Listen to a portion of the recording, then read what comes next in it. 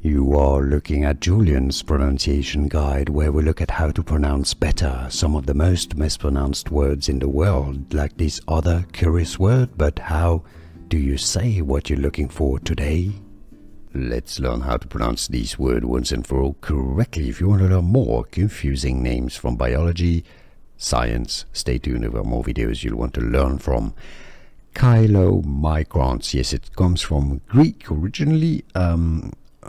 The etymology is from Greek. Kylo, so it's not chilo or chilo or chilo. Chylomicrons. How to pronounce English pronunciation. Chylomicrons, and now you know.